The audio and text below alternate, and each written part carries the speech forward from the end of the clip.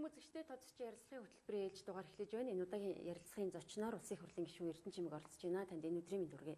Энэ өдрийн мэнд хүргэе. Тэгэхээр бидний хувьд танаас хүүхэд харах үйлчилгээний талаар тодруулахаар өнөөдөр ураад байна л да. Хүүхэд харах үйлчилгээний тухай журам хэрэгжиж 1 сарын 1-ээс хэрэгжиж эхлээд 6-7 хонжинтэй. Яг энэ журам хэрэгжиж эхэлснээр ямар ач холбогдолтой юм бэ гэдэг. Эхлээд нэг ач холбогдлын талаар та нэг товч тайлбарлаж өгөөч. За хүүхэд харах үйлчилгээний тухай хуулийг одоо 2012 оны сүүлээр анх өргөн барьжсэн. За энэ хууль маань бас 3 жил гаруй хугацаанд бас нэлээд удаан хугацаанд хэлэлцэгдэж Монгол Улсын ерөнхийлөгчийн зүгээс бас нэлээд дэмжлэг үзүүлж 2015 оны 7 дугаар сард бол хууль нь батлагдсан гарсан байгаа. За хууль батлагдсан гарсны дараагаар хүн ам нийгмийн хамгааллын яамнаас зохих журмыг бол боловсруулсан. За журам боловсруулагдсан стандарт хэмжил 100 газраас орон байрны болон одоо хоол хүнсний гэд бүх төрлийн стандартуудыг баталж гаргасан байгаа. За өнгөрсөн 12 дугаар сард бол 3 хоногийн хугацаатаар 21 аймагаас сургач багш нарыг авчирч одоо сургалт семинарыг зохион байгуулад ингээд орон нутагт нь буцаасан байж байгаа. Тэгэхээр хууль маань 2016 оны 1 сарын 1-ээс хэрэгжиж эхэлсэн гэсэн үг.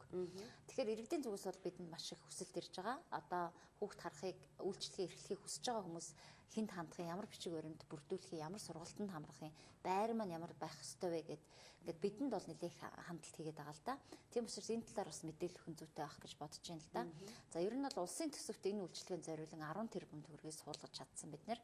Тэгэхээр 10 тэрбум төгрөг маань сонсоход бол их мөнгө мэт боловч яг энэ хүүхд харах үйлчлэгээнд одоо хамрагдах ёстой 50-60 мянган хүүхдэд бол бага мөнгө л доо. Яагаад гэхээр сар болгоно нэг хүүхдэд улсаас 116 мянган төгрөгийн зардлыг хүүхэд одоо харж байгаа хүмүүст олгох ёстой. Тэгэхээр энэ маань өөрөө нийтдээ бол нэг 10 мянган хүүхдийн асуудлыг 2016 онд шийдвэрлэх хэмжээний л мөнгө.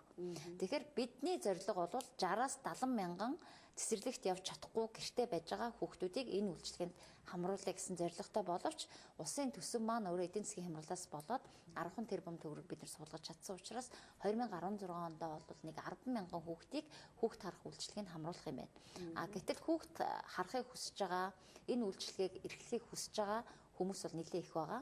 Одоогийн байдлаар бидэнд ирсэн мэдээллээр бол нэг 5-6 мянган иргэн одоо энэ үйлчлэгийг хамрагдъя гэсэн хүсэлтэд ирүүлээд байгаа гэж юм л та. За энэ хуулийн заалтанд юу байгаа вэ гэхээр нэг иргэн 5 хүүхэд харж болно гэж заасан байгаа. Тэгэхээр 10 мянган хүүхдэд 2 мянган иргэн одоо энэ үйл ажиллагааг эрхэлнэ гэсэн үг шүү дээ. Тэгэхээр энэ жилдээ бид нэр 2 мянган иргэнд тусгай зөвшөөрөл олгох нэ. За хүн ам нийгмийн хамгааллын яамны харьяа хүүхдийн төлөө газраас бол дараагийн 7 хоногт одоо бүртгэлийнхаа хугацааг хаана гэж байгаа. Тийм учраас хүүхд харах үйлчлэгээ эрхлэхийг хүсэж байгаа иргэдийг дүүрэг аймгийнхаа хүүхэд хөгжлийн төв дээр яаралтай очиж бүртгэлээ хийлгэнэ үү гэдгийг бас би энэ завшааны тохиолдолд хэлмээр байна. Одоо бүртгүүлэх зөвшөөрөл авах хүний тоо хязгаартай учраас яг энэ 7 хоногтой багтаагаад очиод бүртгүүлээд тэгээ байраа шалгуулад сургалтантаа суучих юм бол энэ үйл ажиллагаа эрхлэх бүрэн боломж нь байгаа шүү гэдгийг нэгдүгээр хэлмээр байна. 2000 үнийг л сургаж одоо авна гэж юм тий. Яг харах боломжтой угаасаа хүүхдийн тоонд харьцуулахад. Тэгэхээр юу гэдэг яг нэг ойлголт байна л да. Иргэдийн дунд хүссэн хүн болгон хараад авах боломжтой юм уу гэдэг тий. Тэгэхээр дээрэс нь тэр хүмүүст ямар стандарт одоо юу гэдгийг хүний нас заах уу? Яг тэр хүн одоо жишээлбэл ямар бичиг баримт бүрдүүлсэн байх шаардлагатай ямар одоо яг өөрийнхөө гэртээ зүгээр нэг өөрийнхөө гэртээ амьдардаг бол тэр гэртээ хараад авах боломжтой юм уу гэх мэтчлэн олон асуултууд бас байна. За тэгэхээр нэгдүгээрт бол 18-аас 65 хүртэлх насны бүрэн дунд боловсралтай иргэн байна гэж байгаа. За тухайн иргэн бол эрүүл мэндийн үзлэгт хамрагдсан байх ёстой, эрүүл байх ёстой тийм ээ. За дээрэс нь гэмт хэрэгт холбогдоогүй байх ёстой. Гэт хамгийн одоо анхан шатны бичиг баримтуудыг бол бэлдсэн байх ёстой. Тэгээд хүн ам хүүхэд гэр бүлийн хөгжлийн төв дээр очиод тухайн бичиг баримтынхаа дагуу бүртгүүлнэ. За зөвхөн 2 мянган хүнд зөвшөөрөл олгогдох болохоос сургалтанд бол хичнээн ч хүн хамрагдчих болно л доо. Өөрөөр хэлбэл хүүхэд харагч гэдэг мэрэгжлэр нэг 7-оос 10 хоногийн богино хугацааны сургалтанд хамрагдана гэсэн үг. 2 мянган иргэнд бид нэр зөвшөөрөл олгоно гэдэг маань улсын төсвөөс мөнгө авах эрх нь л нэгдэж байгаа. Хууль маань өөрөө улсын төсвөөс мөнгө авч болно, улсын төсвөөс мөнгө авахгүй байж болно гэж заасан байгаа байхгүй юу. Тэгэхээр сургалтандаа суугаад хүүхэд харагчийнхаа эрхийг авчихсан, байрныхаа стандартын дагуу бэлдээд зөвшөөрлөө авчихсан иргэн улсаас тодорхой хэмжээний зардал авахгүйгээр энэ үйлчлэгийг эрхэлж болно. Улсаас хэрвээ тэр дэмжлэгийг авч байгаа бол тийм ээ сар болгон нэг хүүхдэд 116 мянган төгрөг авч байгаа болоо эцэг эхчүүдээс авах төлбөр нь өөрөө бас хязгаартай. Тэгэхээр эцэг эхчүүдээс авах төлбөрийг бол бид нэр улсаас өгч байгаа тэтгэлгийн 60-аас хэтрүүлэхгүй хуваар гэж заасан байгаа байхгүй. Тэгэхээр эцэг эхчүүдийн карманаас бол дээд тал нь 60 мянган төгрөг төлөгдөхнэ гэсэн үг. Улсаас төсөв авахгүйгээр энэ үйл ажиллагааг эрхлэхэд бол та 300 мянган төгрөгөөр хүүхд харж болно, 400 мянган төгрөгөөр хүүхд харж болно, 100 мянган төгрөгөөр хүүхд харж болно тийм. Эрхээ авцсан нөхцөлд бол та эцэг эхчүүдээс хичнээн мөнгө аваад одоо тухайн хүүхдэд илүү одоо сайн үйлчлэгээ үзүүлэх бас бүрэн боломжнд байж байгаа л гэсэн үг. Бид бол яг энэ 10 тэрбум төгрөгийг төсөвт суулгахдаа нэгдүгээрт бол энэ цэцэрлэг хүрэлцэхгүй байгаа тийм ээ. Тэгсэн мөртлөө тухайн гэр бүлийн одоо аав ээж нь бас өндөр төлбөр хувийн цэцэрлэг төлж чадахгүй байгаа. Тэр хэсэгт зориулж гаргасан үйлчилгээ. Жишээлбэл сонгон хайрхан дүүргээр жишээ авахад сонгон хайрхан дүүрэгт бол нийт одоо 20 мянган хүүхдийн цэцэрлэгт явах ёстойгоос өнөөдөр 11 мянган хүүхэд цэцэрлэгт явж чадж байна. 9 мянган хүүхэд бол цэцэрлэггүй байж байгаа байхгүй. Тэгэхээр энэ 9 мянган хүүхдийг хувийн цэцэрлэг одоо нээгээд тэнд хувийн цэцэрлэгт хүүхд явах эрх нь бүрэн нээлттэй боловч хувийн цэцэрлэгийн үн бол одоо 200 мянган төгрөгөөс за сонгон хайрхан дүүрэгт 150 мянган төгрөгнөөс доош үнэтэй хувийн цэцэрлэг гэж ерөөсөө байхгүй байгаа байхгүй.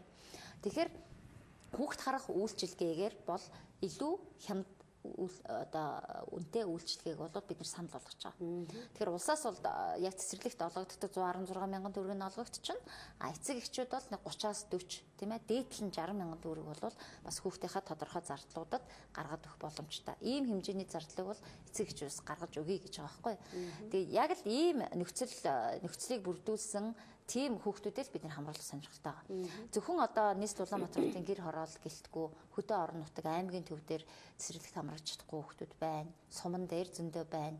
Ялангуяа өвлөө үйлрэлт гэхэд малчин айлын хотонд тийм ээ одоо өвлжөөндөө буудсан 5-аас 10 гэрээрээ буудсан хотоороо байж байгаа тэр хотонд бол 2-5 насны цэцэрлэгт явж чадахгүй одоо 5-6 хүүхэд байж л байгаа байхгүй юу. Тэгэхэд энэ хот айл дотор бол нэг эмэгтэй, нэг гэрийн эзэгтэй хажуудаа гэр бариад хүүхд харах үйлчилгээгээр тухайн хүүхдүүдэд аваад өөрөө бас сургалтанд явчихна.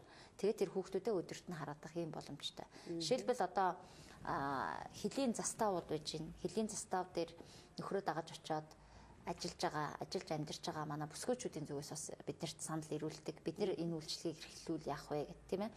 Хөлийн заставууд маань одоо хэдэн мянган километр зайд алслагдсан ийм газартаас хүүхдүүд байж идэг.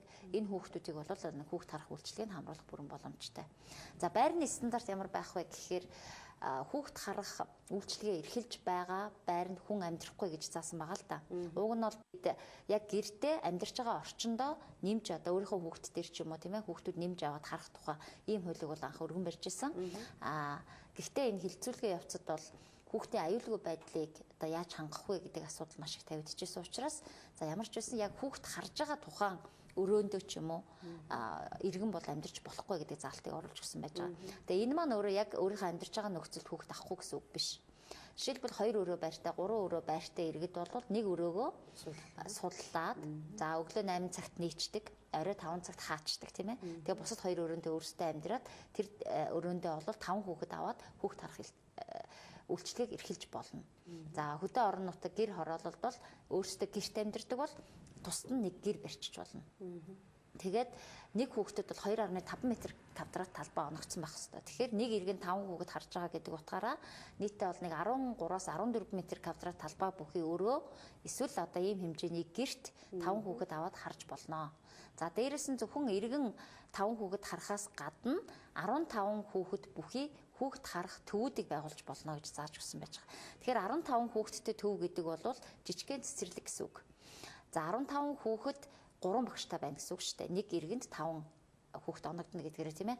Тэгэхээр энийг бид нар яагаад ингэж хийж өгсөн бэ гэхээр жишээлбэл бид нар хууль боловсруулж авах явцдаа сонгон найрхан дүүргийн 10 дугаар хороон дээр яг гэр хороололд энэ хүүхд харах төвийг бол байгуулж бас үзүүлж ирсэн л да. За ингээд бол тухайн гэр хороололд нэг 300 мянган төгрөгөөр айлын байшин хөсөлж аваад тухайн гудамжиндаа амьдарч байгаа өөрийнхөө хүүхдийг хараад гэртээ сууж байгаа 3 эмэгтэй бол энд ажилласан. Тэгээд одоо нэг нь бол 2 хүүхэдтэй, нөгөө хоёр нь нэг хүүхэдтэй гэдэг. Тэгэхээр энэ 3 эмэгтэй маань өөрсдийнхөө 3 хүүхдтээр нэмээд тухайн гудамжинд цэцэрлэгт явж чадахгүй байгаа 12 хүүхдийг нэмж аваад тэгээд 15 хүүхдтэй жижиг төв байгуулчихж байгаа. За энэ дээр ямар зардал гарч ирсэн бэ гэхээр тухайн байрных нь одоо түрээсийн төлбөрт нэг 300 мянган төгрөг гарах нь байна тийм ээ. Хүүхдийн хоол бол нэг одоо өдөртөө стандартын дагуу нэг 1600 төгрөгөөр бол улсын цэцэрлэгийн хоолны мөнгийг бол бид нэр баталж өгдөг. Тэгэхээр хүүхдийн хоолнд бол тодорхой хэмжээний зардлууд гардаг. За дулаан цахилгаан гэдээ явцдаг тийм ээ. Тэгвэл гэр хороолол гэдэг бол одоо яг цэцэрлэг шиг боловсон жорлонгоор ч юм уу хангах боломжгүй байхгүй юу. Тэгэхээр одоо хүүхд болгон бол өөрийн гэсэн хөтөвчтэй байна. За хоол хийдэг цэг нь бол нэг одоо галтгоонд нь тустай байна ч гэдэг юм уу. Иймэрхүү байдлаар маш хөнгөн стандартаар хийж өгсөн байгаа юм л да. За ингээд үзэхэд бол сар болгонд 170 мянган төгрөг бол нэг хүүхдэд одоо зардал нь гарч исэн.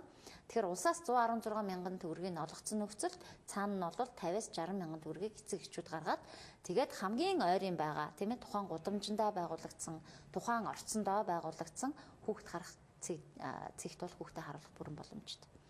Тий. За бид бол хяналтыг нэгдүгээр эцэг эхчүүд бол хяналтаа тавих хэрэгтэй гэж харж байгаа.